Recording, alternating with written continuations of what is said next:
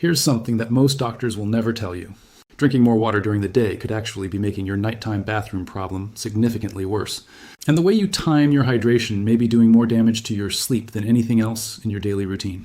I'm Dr. James. I've spent 30 years practicing internal medicine and geriatric health, treating bladder dysfunction, nocturia, and age-related urinary conditions in adults over 60.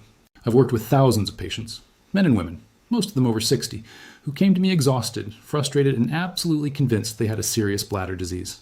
And the truth is, the majority of them simply didn't know how to drink water correctly. A landmark study published by Nagasaki University found that targeted changes to fluid intake timing reduced nighttime urination episodes by an astonishing 40% in adults over the age of 65. 40%. No medication, no surgery, no expensive procedures, just a smarter relationship with water. Before we go further, I want to ask you something personally. How many times do you wake up at night to use the bathroom? Drop your number in the comments below, and if you're over 60, tell me that too. Your experience matters, and you might be surprised how many people are going through the exact same thing right now. Today, I'm going to walk you through the 3 most powerful hydration habits you need to know, ranked from foundational to genuinely life-altering. By the time we reach number 1, you will understand something about your own bladder and your own body that most people never figure out. And trust me, number 1 is not what you expect. In fact, it is the complete opposite of what you have been told your entire life. Don't skip ahead. Habit 3, fluid cutoff timing. Let's begin with number 3. And this one surprises almost every patient who walks into my clinic for the first time. Your kidneys are not passive filters. They are dynamic, rhythmic organs that actually change their behavior based on the time of day. During daylight hours, your kidneys are in full production mode, filtering your blood rapidly and producing urine at a high rate. But as evening falls and your body prepares for sleep, a hormone called vasopressin rises significantly in your bloodstream. Vasopressin signals your kidneys to slow down urine production, concentrate the urine being made, and give your bladder a chance to rest overnight. This is your body's natural design. The problem is, if you drink a large volume of fluid in the 2 or 3 hours before you go to bed, you overwhelm that vasopressin signal. Your kidneys keep producing urine even as you try to sleep. Your bladder fills up faster than your brain's sleep center can suppress the urge to go. A 2020 study from the University of Toronto, published in the Journal of Urology, examined 412 adults with documented nocturia and found that those who implemented a structured fluid cutoff 2 to 3 hours before bedtime reduced their average nighttime bathroom visits from 2.8 per night to just 1.6, a 43% improvement. A separate study from the Netherlands confirmed these findings, showing that evening fluid restriction led to a 38% reduction in nocturnal urine output in participants aged 60 and above. One of my patients, Margaret, a 68-year-old retired school teacher from Ohio, came to me getting up 4 times every single night. She was drinking herbal tea, water, and juice right up until she turned off the lights. After we implemented a simple 7:30 p.m. cutoff based on her 10:30 p.m. bedtime, she was down to 1 nighttime visit within 3 weeks. She told me she felt like she had her life back. Now, age plays a critical role here. After the age of 60, vasopressin secretion begins to decline measurably. Research from the University of Amsterdam found that adults over 65 produce up to 30% less vasopressin at night compared to adults in their 30s and 40s. This means that even a modest amount of evening fluid, 2 or 3 glasses, can tip your bladder over its threshold when you're older, whereas that same amount would have been handled effortlessly when you were younger. This is not a disease. It is biology, but it is biology you can work with. To implement this, starting tonight, simply identify your target bedtime and count back 2.5 hours. That is your last fluid intake moment. Your last beverage should be small, no more than 6 ounces, and it should not be caffeinated or alcoholic, because both caffeine and alcohol interfere directly with vasopressin function and will amplify your nighttime output regardless of volume. This habit pairs powerfully with number 2 on our list, because number 2 addresses what you drink, not just when you stop, and what you have been putting into your body before that cutoff window may be silently sabotaging everything. Habit 2, front-loading hydration. Number 2 is where things start to get really interesting, because this is the habit that fundamentally rewires your entire relationship with water. Most patients I see are not drinking too much water overall. In fact, many are dehydrated. The problem is the distribution. They drink very little in the morning, a moderate amount at lunch, and then they try to catch up in the afternoon and evening, flooding their system with fluid right when their kidneys need to be winding down. This pattern is physiologically backwards, and it is one of the primary drivers of nocturia in otherwise healthy adults. Here's the mechanism. Your kidneys process fluid most efficiently during the active upright hours of the day, roughly 7 a.m. to 2 p.m. During this window, your body's sodium regulation, aldosterone levels, and renal blood flow are all optimized for high-volume processing. If you consume the bulk of your daily fluid during this morning and early afternoon window, your kidneys clear it efficiently. Your bladder fills and empties normally through the day, and by evening, your body has already done the hard work. What remains in your bladder at bedtime is genuinely minimal. A 2221 clinical trial from Seoul National University Hospital divided 320 nocturia patients into two groups: a control group that drank water without timing guidance, and an intervention group that consumed 70% of their daily fluid before 2 p.m. After 8 weeks, the intervention group reported a 47% reduction in nighttime voids. The control group saw only a 9% improvement. Same people, same water, different timing, completely different results. I want to tell you about Robert, a 71-year-old retired engineer who came to me after 2 years of waking up 3 to 4 times every night. He was convinced he had a serious prostate problem. When we tracked his drinking habits with a 48-hour fluid diary, the picture became immediately clear.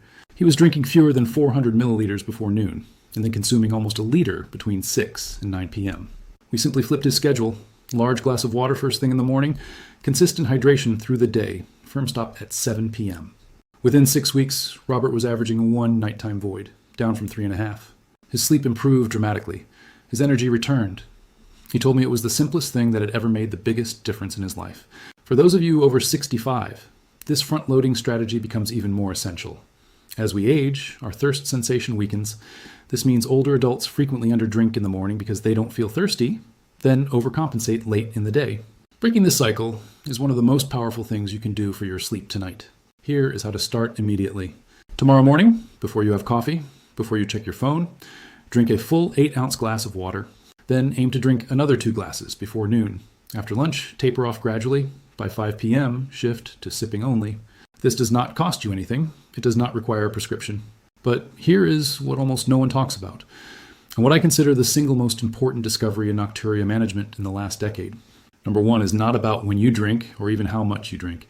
It is about something happening inside your body while you sleep that you have almost certainly never thought about. Habit 1, the real revelation, here we are. I want you to lean in for this because in 30 years of practice, this is the single concept that has transformed outcomes for more of my patients than anything else I have ever implemented. And when I first explain it, almost every patient looks at me the same way. Complete and utter surprise. The concept is this. For many adults, particularly those over 60, nighttime urination is not primarily a bladder problem. It is a fluid redistribution problem. Here's what happens. Throughout the day, if you consume a moderate to high sodium diet, which most Americans absolutely do, fluid accumulates in the tissues of your lower body, particularly in your legs and ankles. This is called peripheral edema, and it may be subtle enough that you never even notice it. But when you lie down flat at night, gravity no longer holds that fluid in your legs.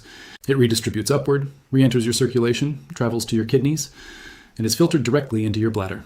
This is why so many people feel perfectly fine going to bed, and then find themselves urgently needing the bathroom within 60 to 90 minutes of falling asleep. A remarkable study published in the Journal of Urology enrolled 321 participants and had them reduce their daily salt intake from an average of 10.7 grams to 8 grams. Just that modest reduction produced a 25% decrease in nighttime voids. A follow-up study from the same institution showed that combining salt reduction with afternoon leg elevation produced a combined 52% reduction in nocturnal urinary volume. 52%. Number 1, from reducing salt and elevating your legs. No medication, no procedure, no cost. Let me tell you about Dorothy, a 76-year-old woman who had been waking up 4 to 5 times every night for over 3 years. She had tried 2 different medications. She had done pelvic floor therapy. Nothing had given her sustained relief. When she came to me, I ordered a simple 24-hour urine collection and a dietary recall. Her sodium intake was over 4,000 milligrams per day, well above recommended levels, and her nighttime urine output was 68% of her total daily urine volume. That is a textbook sign of nocturnal polyuria driven entirely by fluid redistribution. We implemented a sodium reduction to under 2,300 milligrams, added an afternoon rest period with her legs elevated for 30 to 45 minutes, and combined that with the hydration strategies we already discussed. Within 8 weeks, Dorothy's nighttime voids dropped to 1 to 2 per night. Her total nocturnal urine output fell by 44%. She wept during our follow-up appointment. After 3 years of broken sleep, 8 weeks of simple biology-backed changes had given her nights back. After 60, this mechanism becomes dramatically more pronounced. The venous walls in your legs become less elastic, making it easier for fluid to pool in soft tissue. The heart's pumping efficiency often decreases slightly with age, meaning less fluid is returned from the legs during daytime activity. This is not a disease. This is biology, and now you know how to work with it. Here is your complete action plan starting today. First, establish your fluid cutoff 2.5 hours before your target bedtime. Set a phone reminder if you need to. Your last drink should be small and non-caffeinated. Second, tomorrow morning before coffee and before your phone, drink a full glass of water. Aim to consume 70% of your daily fluid before 2 p.m. Taper off through the afternoon. Third, spend 1 week honestly tracking your salt intake. Read labels. The biggest hidden sources are bread, canned soups, deli meats, and restaurant meals. Aim to stay below 2,300 milligrams per day. And fourth, if you tend to sit for long periods in the afternoon, elevate your legs for 30 to 45 minutes before dinner. A pillow under your calves works perfectly. This allows your circulatory system to return that pooled fluid to your kidneys while you are still awake, so your bladder handles it before bedtime instead of at 2 a.m. These 3 strategies work as one unified system. And the results for patients who implement all 3 consistently are truly remarkable. Your body is not broken. It is simply waiting for the right information. And now you have it. I want to know, which of these 3 strategies will you start first tonight? And what is your biggest challenge when it comes to waking up at night? Tell me in the comments below. I read every single one. And your question might become the subject of my next video. If this helped you, hit the like button right now. It tells YouTube that this information is reaching the people who need it most. Subscribe so you never miss what's coming next. I post every single day because your health after 60 cannot wait. And share this with someone you love who is losing sleep every night. Because somewhere right now, someone is lying awake at 3 a.m. convinced something is seriously wrong with their body. When the answer might be as simple as when they drank their last glass of water. Take care of yourself.